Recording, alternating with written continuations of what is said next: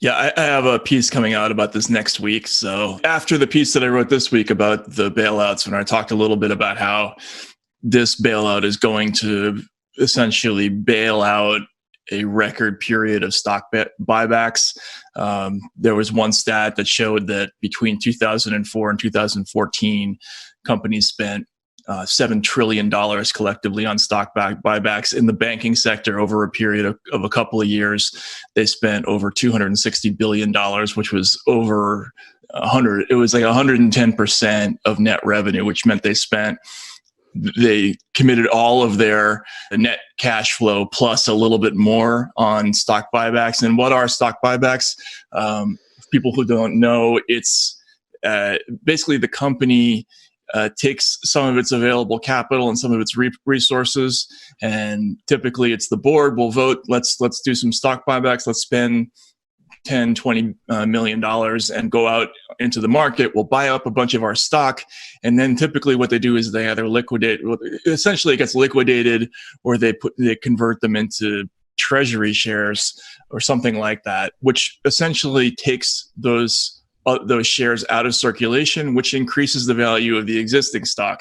So why does that matter? So if you have executives who are paid in stock as part of their compensation package, the value of their shares goes up as you pull shares out of circulation. So it's just a way of looting your own company. So, the airlines spent a fortune doing this, for instance. I mean, most of the industries have done this.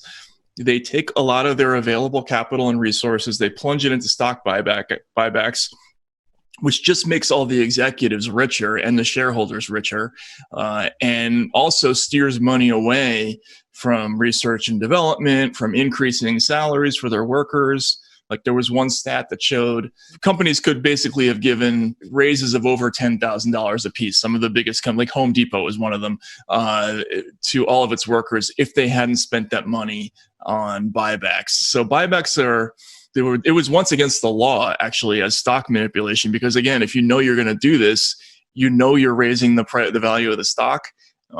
This is a major phenomenon that went on the last 15 years, especially. It went on before and after 2008, and it's going to go on now massively during this new bailout. And it's a way of hugely accelerating the inequality problem in the country. So that's what that's all about.